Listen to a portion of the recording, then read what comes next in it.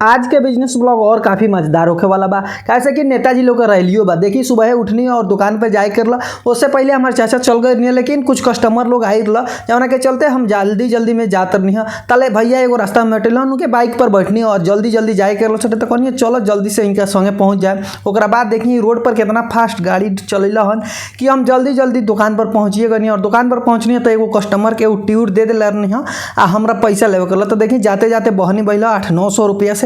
ओकरा बाद हम बहनी कहनी हम याद हो गए गदगद। तब भैया कहलन कि कुछ एगो बोरी वोरी दे दी, तो हम चल गनी अंदर से बोरी लेके आनी इनका के बोरी दे देनी और बोरी में ये ट्यूर और रखल और ट्यूर गिन गिन के रखत रन कि कहीं हम कम तो नहीं दे और पैसा ज़्यादा तो नहीं दे दिले। खैर कोनो बात ना।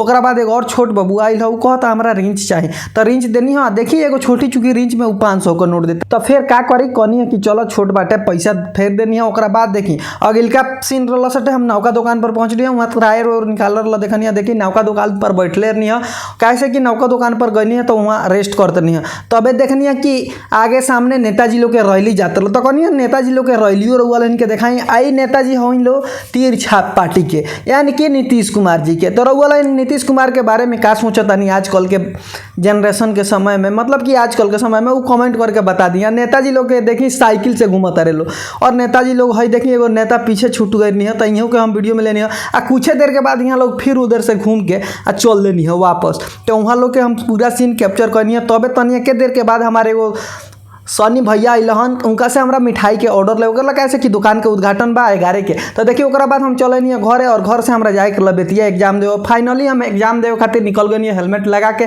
और रास्ता में देखनी है तो देखा था कि हमारा गाड़ी में पेट्रोल खत्म रहा और पेट्रोल रहा से बहुत कम रहा। तो हम कहनी कि चलो पेट्रोल पंप दिखल हटे तो पेट्रोल पंप पर चलता नहीं कुछ तेल ले ली। तो देखिए पेट्रोल पंप पर जाकर रुकनी वो भैया केहू के तेल देते रहन। ओकरा बाद भैया से कहनी कि हमरा के हेतना के तेल दे दी। ओकरा बाद कहलन कि ठीक बा हम तेल दे तनी। तो ओकरा बाद हम टंकी के ढक्कन खोलनी है। अब भैया